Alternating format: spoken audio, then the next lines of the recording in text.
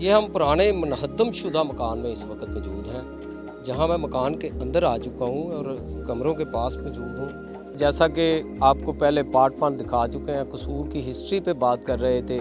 आज पार्ट 2 पे हम जा रहे हैं, तो या उससे पिछली सदी का है। तो यहाँ पे ये कब्र देख सकते हैं आप।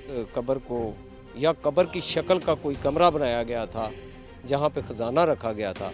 वो यहाँ से उखाड़ कर यहाँ से सारा ख़जाना और वो देगें वगैरह वो रात को चोरी करके यहाँ से ले गए। हाँ जी, ये कब्रिस्तान मैं छोटा सा था तो उस वक्त से देख रहा हूँ कि ये बहुत बड़ा कब्रिस्तान था। 4 लोगों ने काफ़ी ज़मीनें जो हैं वो कब्रों को काश्त में ले आए हैं। और हमारे जो बड़े लोग थे जिनकी उम्रें तकरीबन 100 साल थी, वो हमें बताते थे कि ये कब्रिस्तान तकरीबन 700-800 साल पुराना है।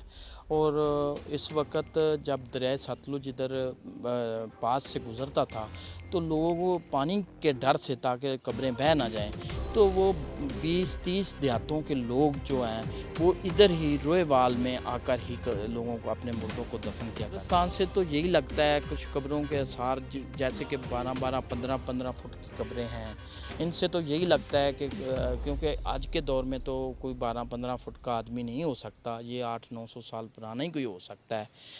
बुल्ले शाह की धरती कसूर की तारीख हिस्सा 2। 1000 साल पुराना शहर खामोशां, पुरानी इमारतें और कदीम कब्रिस्तान।